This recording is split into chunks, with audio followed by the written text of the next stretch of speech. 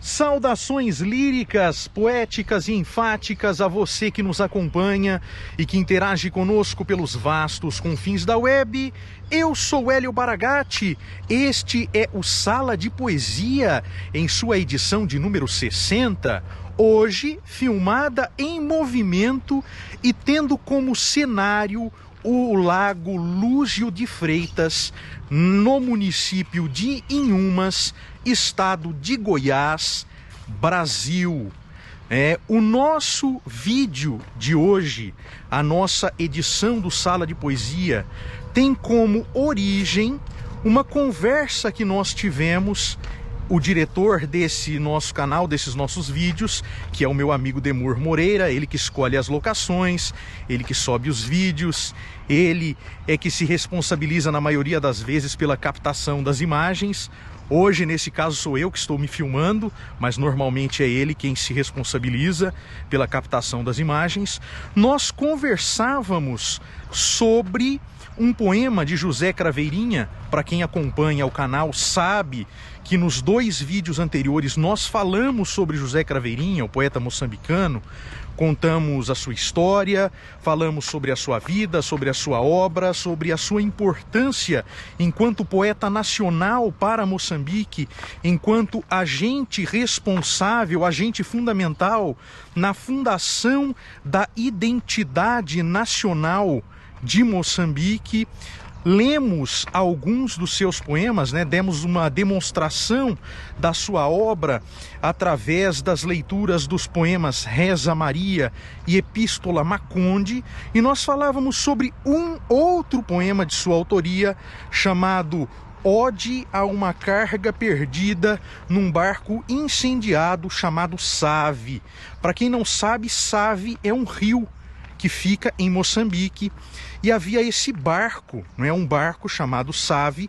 Esse barco levava pessoas, levava trabalhadores, eu não me lembro exatamente para onde, eles saíam de Moçambique, mas eu não me lembro exatamente para onde eles iam. E ocorreu um naufrágio, um incêndio no navio. E aí, no momento em que ocorre esse incêndio, as notícias sobre o incêndio dão conta de que o que pereceu no incêndio foi a carga. O poema deixa bem claro que aqueles que partiram no barco partiram como homens, mas a partir do momento em que o barco pega fogo, eles deixam de ser homens para serem simplesmente a carga.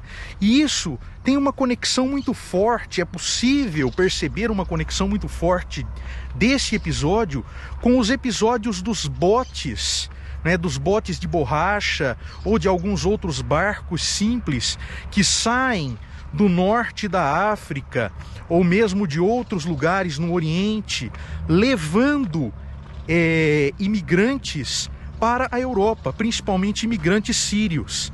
Daí o nosso título, os sírios de Roraima, os Yanomamis de Alepo. Nós estamos falando sobre isso, sobre a dor que irmana os seres, sobre a questão da denúncia. O tema desse nosso vídeo de hoje é justamente a poesia enquanto instrumento de denúncia social. Mas antes de nós nos aprofundarmos no tema, eu digo a vocês que estão assistindo a esse vídeo, mas que ainda não se inscreveram no nosso canal, por favor se inscrevam, deem o seu like, curtam, compartilhem, indiquem, ativem o sininho das notificações e multipliquem a nossa mensagem, façam com que ela chegue ao máximo de pessoas possível, a fim de que nós continuemos falando sobre poesia e de que os algoritmos do YouTube possam cada vez mais indicar o nosso canal para vocês, indicarem as nossas publicações a vocês. Eu também gostaria de fazer um agradecimento especial ao Isidro Iturat, ao poeta Isidro Iturat, No ano passado, 2022, nós fizemos um vídeo falando sobre o indrizo, né? Uma forma de composição poética curta e fixa, não é? Com 4 estrofes, 2 tercetos e 2 monósticos, não é? E quando explicávamos sobre a origem do indrizo, nós dizíamos que quem criou essa forma de poesia foi um poeta espanhol radicado no Brasil chamado Isidro Iturat.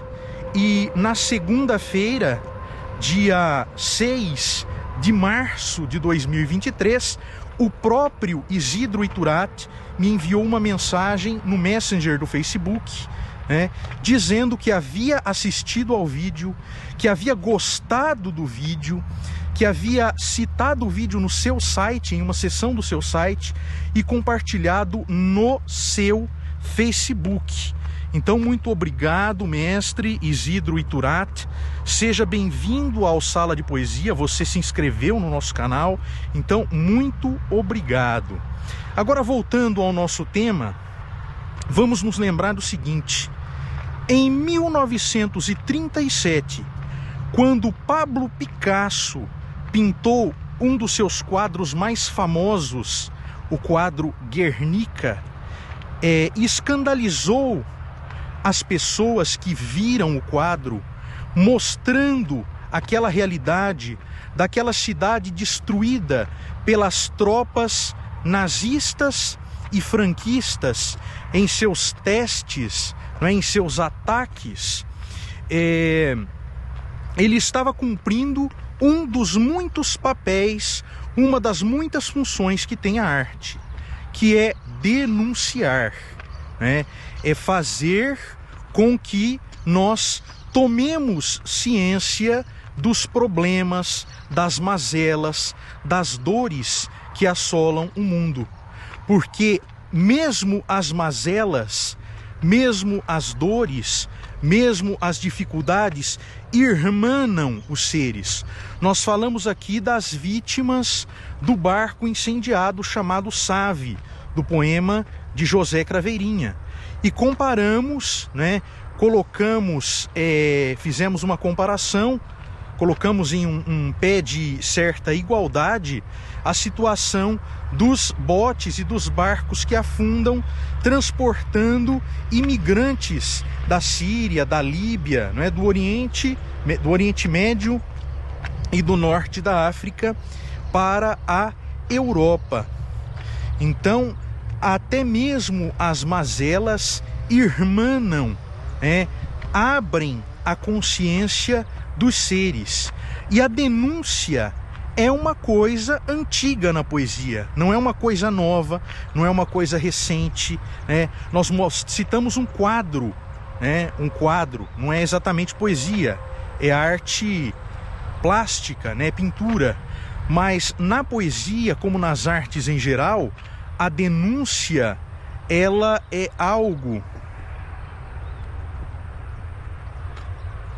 é algo bastante antigo, né?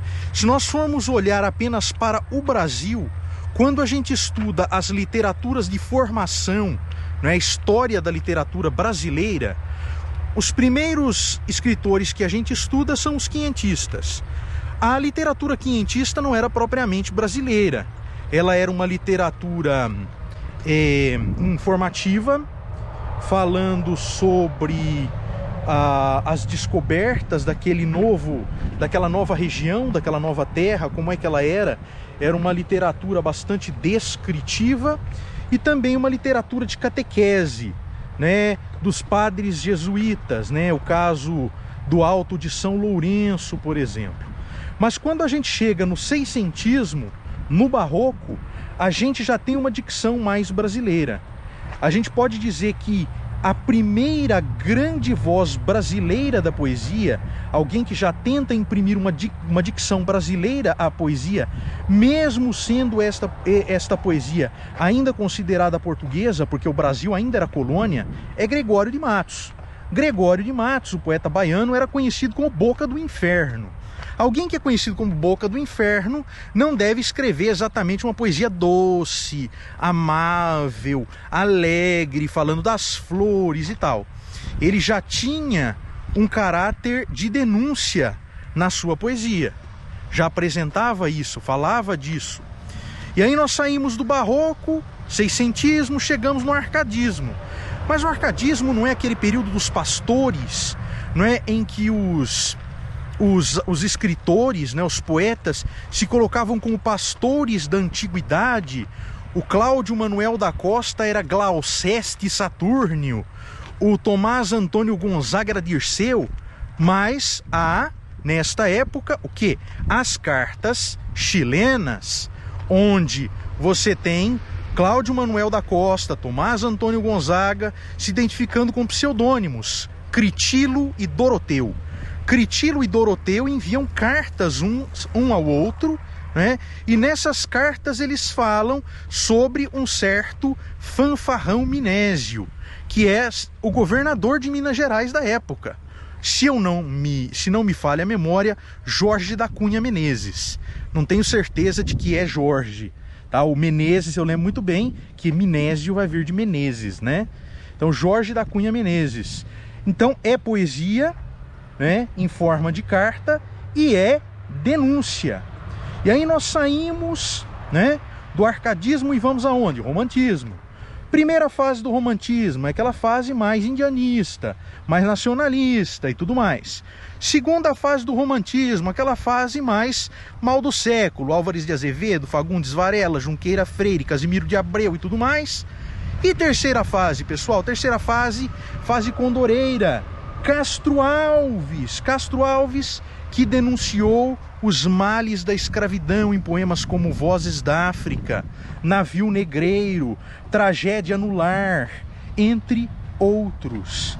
Então ele falava, né, sobre a escravidão, os males da escravidão. Ele era um poeta abolicionista e republicano. E é interessante a gente falar nisso, porque quando se fala em Castro Alves, o que é que se pensa, o que é que se diz? Não, mas Castro Alves falava do abolicionismo, mas ele não estava no lugar do escravo. Ele não falava do lugar do negro. A poesia dele é menos importante do que a poesia de Luiz Gama. Ele ficou famoso, Castro Alves, mas Luiz Gama era mais importante porque ele era negro. Não é bem assim, né? Os dois poetas são importantes, as obras dos dois são importantes, mas quando um poeta, ele utiliza, ele evoca, ele emula a voz de alguém que não está exatamente no seu lugar, quando um homem, por exemplo, fala como uma mulher, ou quando um branco fala como um negro, ou como um indígena, ou como eu que moro aqui no Brasil, quando eu que moro aqui no Brasil escrevo sob a perspectiva de alguém que está passando, por exemplo, pela guerra da Ucrânia, por exemplo, né? Eu não estou me apropriando, né? Isso não é uma apropriação, é uma identificação. O poeta se identifica com a dor do seu semelhante e tenta traduzi-la em versos da melhor forma possível. Tenta buscar ecos daquela voz com a qual ele busca falar, né? Então ele tenta buscar os ecos daquela voz e reproduzi-los da melhor forma possível. Não é uma coisa mal intencionada. Mal intencionado seria se nós fizéssemos isso para zombar daqueles que estão passando por dificuldades, que são vítimas destas situações de conflito, situações de guerra, situações de opressão, situações de escravidão, situações complicadas. Mas não é essa a intenção da maioria dos poetas. A intenção é identificar-se, é chamar a atenção, é abrir os olhos daquele que lê para esse tipo de realidade. Então saímos do romantismo, passamos pelo realismo, que como o próprio nome já diz, tem a realidade como ponto de partida. Temos escolas mais distantes da questão da denúncia, né? Temos aí o parnasianismo, temos aí o simbolismo, mas chega o modernismo.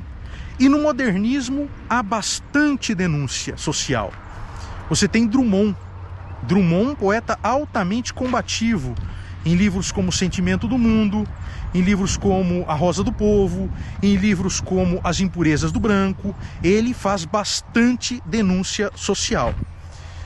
Aí voltamos a ter vertentes um pouco mais distantes da denúncia, como é o caso, por exemplo, do concretismo, mas temos depois uma figura importantíssima, Amadeu Tiago de Melo, o grande poeta amazonense, autor de Os Estatutos do Homem, autor da Madrugada Camponesa, né? Autor de versos célebres como Faz Escuro, Mas Eu Canto, autor de livros como A Poesia Comprometida com a Minha e a Tua Vida, A Poesia Comprometida com a Minha e a Tua Vida.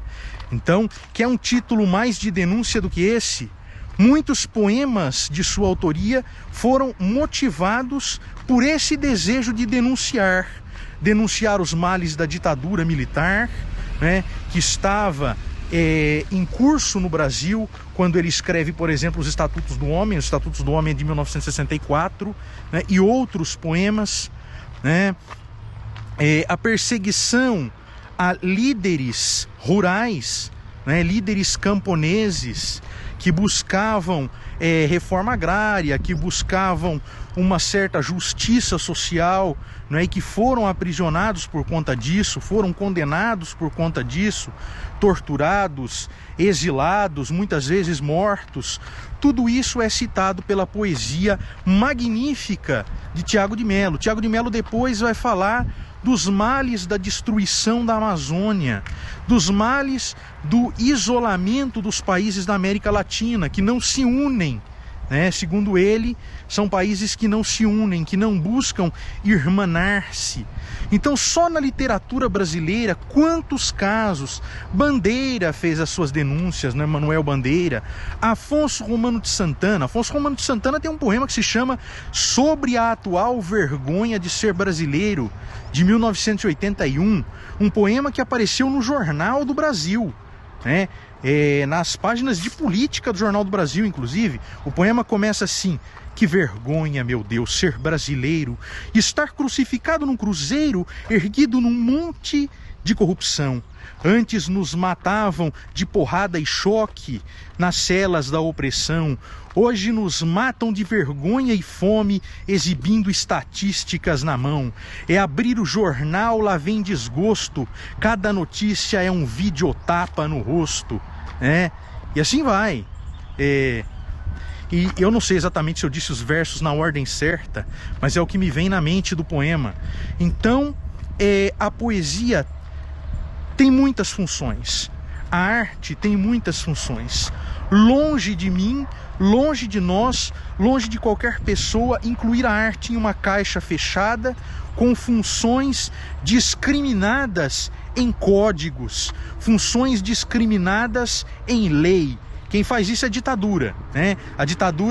Uma ditadura pode dizer numa lei: a poesia só será aceita, a arte só será aceita se cumprir essa, aquela ou aquela outra função, né? Numa democracia isso não é possível. Numa democracia artística e política isso não é possível. A poesia tem várias funções, a arte tem várias funções. Uma delas é denunciar, uma delas é abrir os olhos, uma delas é mostrar o quanto nós, seres humanos, somos iguais, inclusive nas mazelas que nos acometem.